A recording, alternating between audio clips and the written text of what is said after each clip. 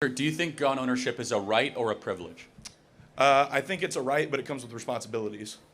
Okay, tell me more.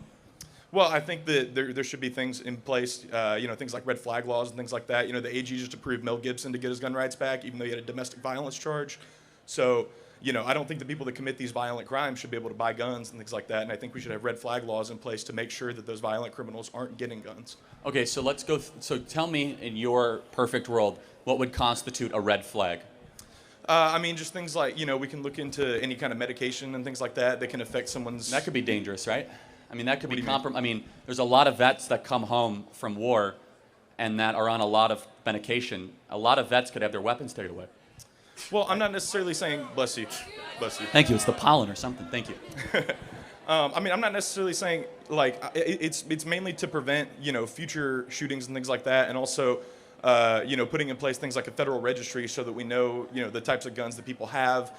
And, it would just essentially be a federal registry that shows these are the guns that this person has, in case a cop has to go on something like a domestic call. That's the most dangerous call they can go on. So, yeah, I could see you're coming after this from a good perspective. Let me ask one other question. What would you say is the ultimate and final purpose of the Second Amendment? I think it's self-defense against a tyrannical government, which... We agree. Sure. Great. Keep going.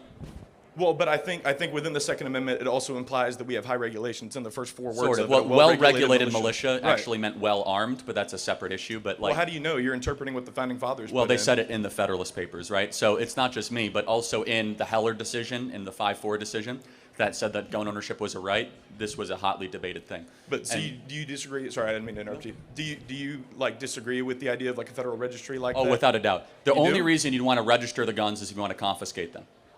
Well, or to make sure that people like officers of the law are protected and know what they're going into. A domestic... Again, that's a good argument, right? To your credit.